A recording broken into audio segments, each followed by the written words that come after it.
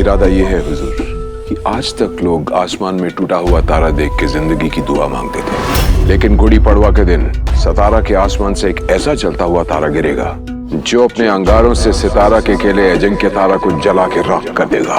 पर मराठी वो चूहे हैं जो मिट्टी में दबकर मरते नहीं बल्कि बिल बना लेते हैं। अगर तारा रानी ने भी यही किया तो हुजूर, इस बार हम बिल में इतने छेद कर देंगे कि आग की लपटें वहां भी पहुंच जाएंगी। और आप इसे सातारा के अंदर पहुंचाएंगे कैसे? वो आप इस गुलाम पे छोड़ दीजिए हुजूर, ये सही वक्त पर सही जगह पहुंच जाएगा। हमें बस आपकी इजाजत ही चाहिए।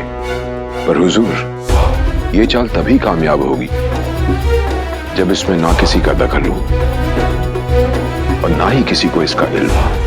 आपको जिस हुक्मनामे पर मोहर चाहिए मिलेगी, बस ये चाल कामयाब होनी चाहिए। और सुनिए कमरुद्दीन खान, अगर आप कामयाब हुए तो ये आपके बादशाह का वादा है कि अवध की रियासत के नवाब आप होंगे।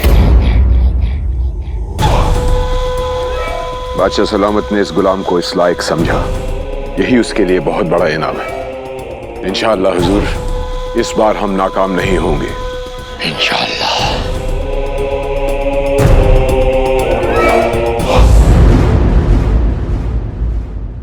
अब लग रहा है कि हमारे अलावा कोई और भी आए जो इन मराठियों को शिकस्त देकर मुगलिया परचम को लहरा सकता है।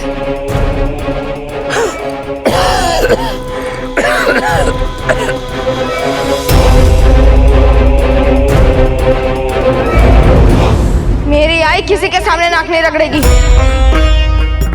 मेरी आई का कोई दोष नहीं है। बाजी, बड़ों के सामने ऊंची आवाज में बात नहीं करते। आई, अगर ये ऐसी नीची बात नहीं करती तो मेरी आवाज ऊंची नहीं होती। इन्होंने मेरी आई का अपमान किया है। ये सब कुछ उस बालों के कारण हुआ है। ना वो गुरुजी के मुंह पे कालिक मलता, ना गुरुजी गोटिया और बाकी मित्रों को डांटती, और ना ही वो डांट के भय से वन में आते। मैं उस बालू को छोड़ूंगा नहीं। बाजी, बाजी, देखा आपने?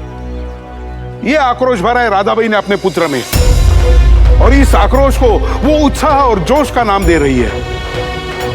राधाबाई, आपने सेनानी नहीं, उपद्रवी बनाया है।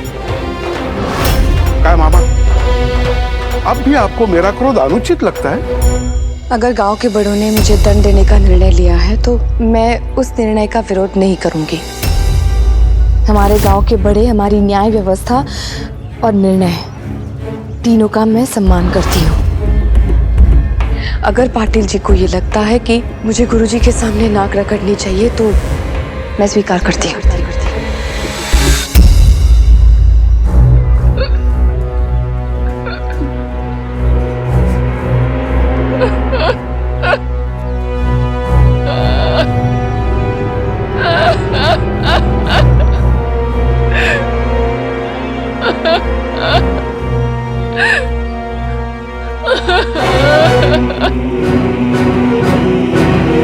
जो लोग घायल हुए हैं उनकी चिकित्सा का प्रबंध किया जाए, और जो मारे गए हैं उनका पूरे राज के सम्मान के साथ अंतिम संस्कार किया जाएगा।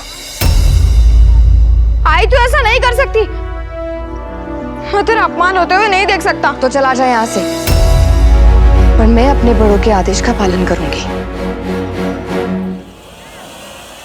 आई! बाजी, छोड़ो मुझे!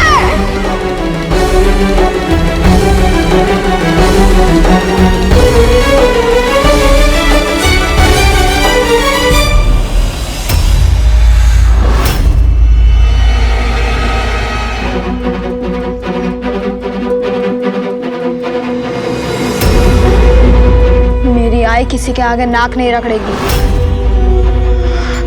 उठाई। हाजी,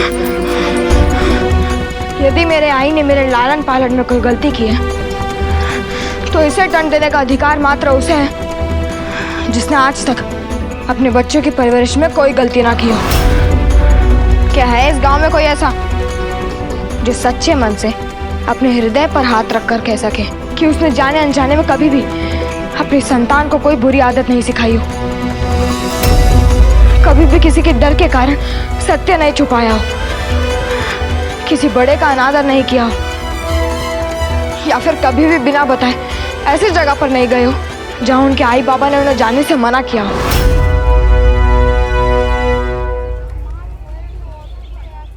पाटिल जी मेरी आई को मेरी गलतियों का जिम्मेदार बता रहे हैं।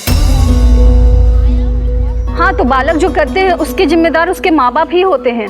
तो फिर आपके बालकों ने जो किया उसकी जिम्मेदार मेरी आई कैसे हो गई? यदि परशु ईशु गोटिया बिना आपको बताए बनाए थे तो आपके तर्क के अनुसार दोष मेरी आई का नहीं आपका है। और आप चाहते हैं कि हम बच्चे शरारत ना करें, आपके जैसे वृद्ध बन जाएं। बाजी मेरे बाबा कहते हैं यदि बालक और बंदर शरारत ना करें तो इसका मतलब ये है कि वो बीमार है। फिर वही बड़ी बड़ी बातें। तो बताओ वन में जाके क्या सीखा? मेरी आई ने मुझे वन में दृढ़ता का गुण सिखाने के लिए भेजा था। अरे वाह, तो सीख ली दृढ़ता? मात्र दृढ़ता ही नहीं और भी बहुत कुछ सीखा गुरुजी। जब मेरे मित्र मेरे साथ आ गए तो सीखा कि जब मित्र साथ हो तो हर जगह घर जैसे लगने लगती है। जब हमें लगा कि कोई वन्य पशु हमारा पीछा कर रहा है तो हम एक दूसरे का हाथ पकड़कर भागे। और तब हमने सीखा कि जब संकट में कोई अपना हाथ थाम ले तो संकट बौना हो जाता है। और साहस ऊंचा, वहां अपने लिए स्वयं भोजन जुटाना पड़ा तो आई के बनाए हुए भोजन का, अन्न का सम्मान करना सीखा। पहले चावल में एक कंकड़ आने पर गोटिया थाली सरका देता था, लेकिन वन में हमने वो बैर खाए जो मल्हारी खा रहा था।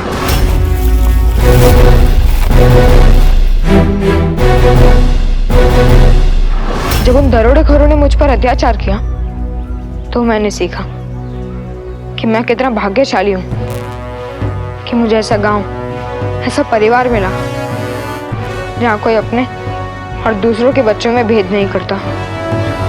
मैंने सीखा कि सच्चे मित्र की परख संकट के समय ही होती है। गुरुजी, गीली मिट्टी को यदि आग में नहीं डाला जाए तो वो सदा गीली ही रहती है। मेरी आई ने मुझे एक कठिन परीक्षा में डाला, पर नहीं डालती तो क्या मैं और मेरे मित्र वो सब सीख पाते जो हमने सीखा है? बताइए गुरुजी, मेरी आई ने क्या गलत किया है? हाँ हाँ, बहुत कुछ सीख लिया तुम लोगों ने, पर तुम्हारे मित्रों ने अपने आई बाबा से झूठ बोला, उनका मन दुखाया, ऐसा क्या है? उन्होंने झूठ बोलकर गलती की, पर क्या आपने कभी ये जानने का प्रयास किया कि उन्होंने झूठ क्यों बोला? क्योंकि वो जानते थे कि उनके आई बाबा बिना पूरा सत्य जाने ही उन्हें डांटेंगे, उन्हें दंड देंगे। आपकी और मेरी आई की शिक्षा में सबसे बड़ा फर्क एक ही है गुरुजी। आप बच्चों को नियंत्रित करना चाहते हैं और मेरी आई अनुशासित। नियम दोनों में होते हैं, लेकिन नियंत्रण में स्वतंत्रता छीन ली जाती है और अनुशासन उन नियमों के साथ स्वतंत्रता से जीने का सही ढंग सिखाता है गुरुजी।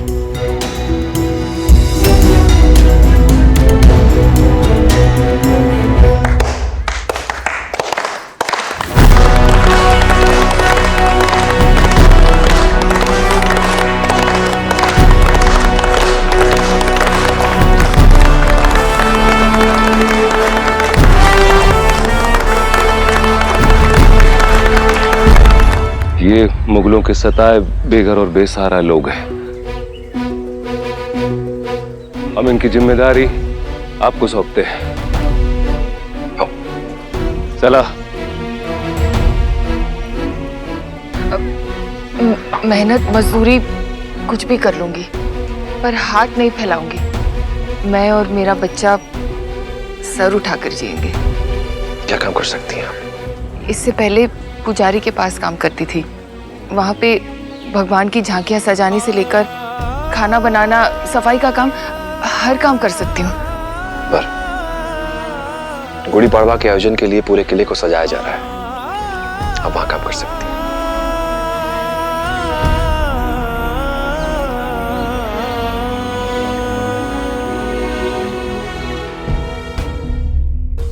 मैं आपसे क्षमा मांगता हूं। आपके कारण हमारे बालकों ने इतना कुछ सीखा और हमने आप ही का अपमान किया। नहीं, आपको या किसी और को मेरी क्षमा मांगने की कोई आवश्यकता नहीं। बल्कि मैं तो कहती हूँ जो आपने कहा, जो आपने किया, उसके लिए मुझे आपको धन्यवाद कहना चाहिए। हाजी, आज मैं तुझे और एक गुण सिखाना चाहूंगी, कृतज्ञता। पता है बाजी, जो हमेशा हमसे अच्छा व्यवहार रखता है, हमारा उत्साह बढ़ाता है, हम उसके प्रति हमेशा कृतज्ञ रहते हैं। पर सही में हमें उसके प्रति कृतज्ञ रहना चाहिए जो हमारा उपहास करता है, खड़ी खड़ी हमें चुनौती देता है, हम पर कभी विश्वास नहीं करता। काम आती है क्योंकि उसी के कारण हमें स्वयं को साबित करने की प्रेरणा मिलती है। आज तूने जो कुछ भी सीखा है, गुरुजी के कारण ही तो सीखा है। गुरुजी की तो ताड़ना में भी प्रेम छुपा होता है। लक्षात ठेव बाजी, जब तक पत्थर चिन्नी का मार नहीं खाएगा, मूर्त कैसे बनेगा? कर लो। हो आई।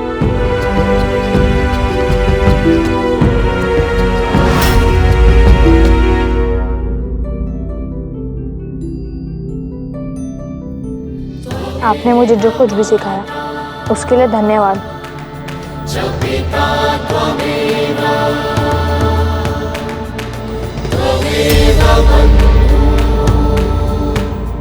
भाई साहब, आज आपने हमें सिखा दिया कि परंपरा पुरानी हो जाए तो कोई बात नहीं, पर यदि परंपरा बूढ़ी हो जाए तो उसे बदल देना चाहिए, उस पर प्रश्न उठाना चाहिए। हम पुराने खंडहरों को संभालने में इतने उलझे हुए होते कि हमारे आंखों के सामने हो रहे नए निर्माण को नहीं देख पाते। आज आपने और आपके पुत्र ने हमारी आंखें खोल दी, हमें सिखा दिया कि बड़े बच्चों को सिखाते तो बच्चों से सीखते भी हैं।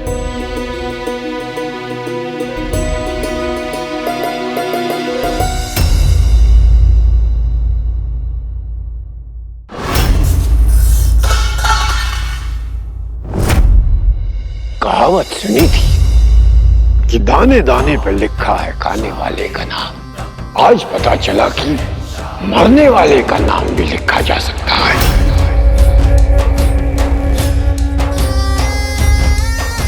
इन दानों पर मराठी सरदारों के नाम लिखे हैं जो अब इस दुनिया में नहीं है। जब आप जानते हैं कि यहाँ हवा भी हमारी मर्जी से चलती है, तो आपने सोच कैसे लिया कि कोई भी पैगाम हमसे बचकर निकल जाएगा?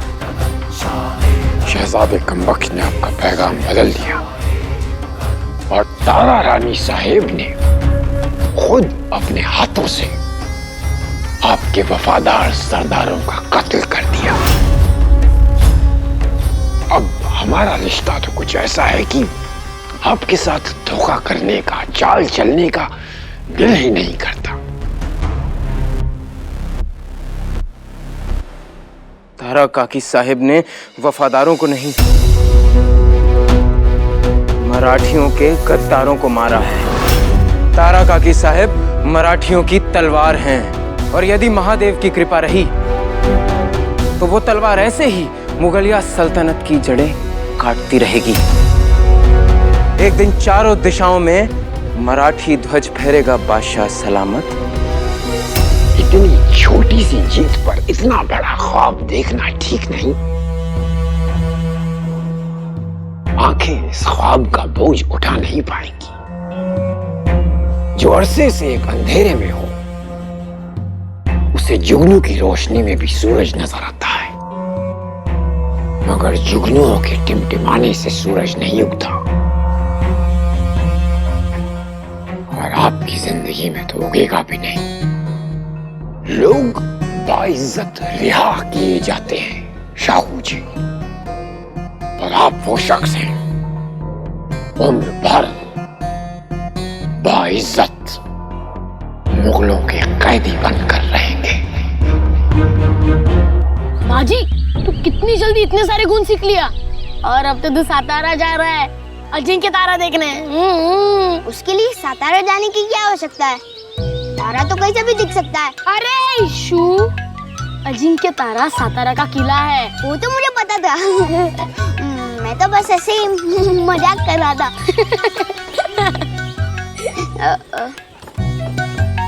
क्या हुआ बाजी? कुछ नहीं, कुछ तो है। परशु के बारे में सोच रहे हैं ना बाजी? मित्रता टूटी, बुरा तो लगेगा ही ना गोटिया।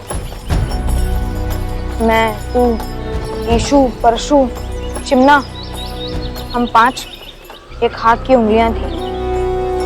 एक उंगली कट गई, मन तो दुखेगा ही ना।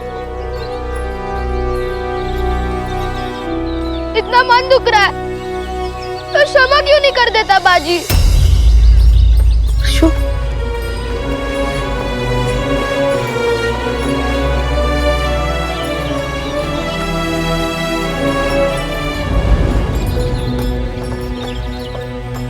जब गोटिया ने गुरुजी के भोजन के डब्बे में मेंढक रखा और तेरा नाम लगा दिया था, अभी तो तूने उसे माफ कर दिया था ना बाजी।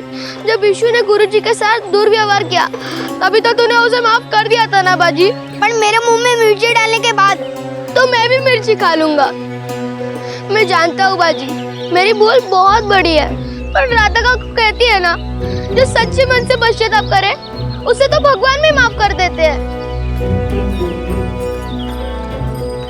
ठीक है परशु, यदि तेरे मन में सच्चा पश्चाताप है तो मैं तुझे क्षमा करता हूँ।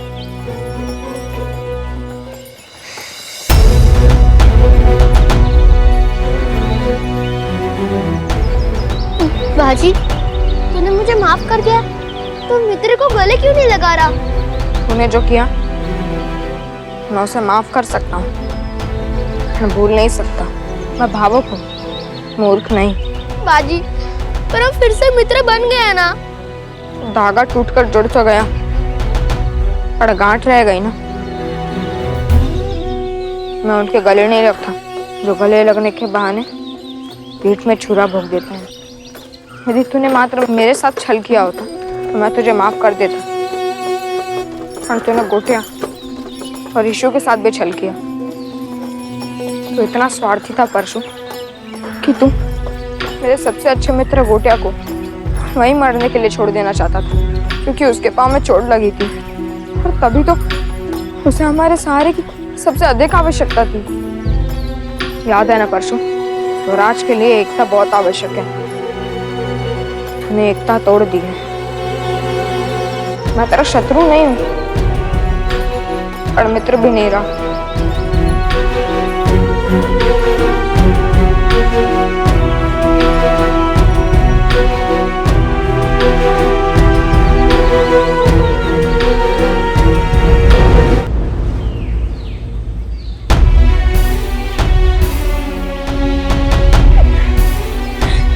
बाजी, मैं अब तक प्रार्थना करता था कि भगवान मुझे अगले जन्म में हलवाई के घर पैदा कर, ताकि सारा दिन मिठाई खा सकूं।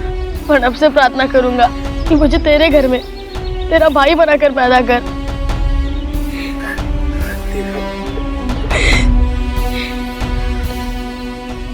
भाई तो इस जन्म में भी तू मेरा ही है, बस थोड़ा मोटा है, पर तू भाई मेरा ही है। जी,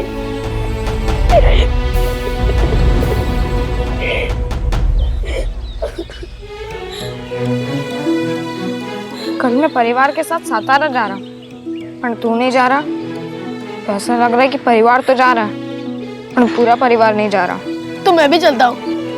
और मैं भी।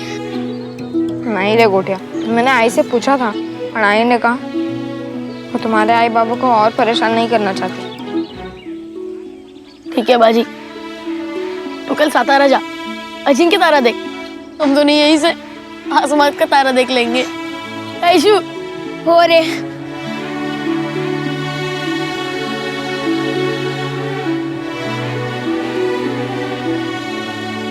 हुजूर जब खुद की उम्र 4 दिन की बची हो तो दूसरे की उम्र के फैसले नहीं सुनाया करते। आप और आपकी मुगलिया सल्तनत अब ज्यादा दिन नहीं जिएंगे, क्योंकि अगर आपके चारों बेटे भी चाहें तो भी एक अकेली तारा रानी साहिब को नहीं हरा सकते। जो भी हो, ये बादशाह अभी इतना कमजोर नहीं हुआ कि एक औरत से हार जाए। हम मुगल हैं, हम सिर्फ जमीन पर नहीं फलक पर भी हुकूमत करते हैं। आप लोग जमीन पे जाल बुनते हैं ना, हम आसमान में बुनते हैं। और अब जरा मुद्दे की बात। गुड़ी पड़वा के मुबारक मौके पर सातारा के आसमान में ऐसा धमाका होगा कि तारा रानी साहिब और अजिंक्य तारा गढ़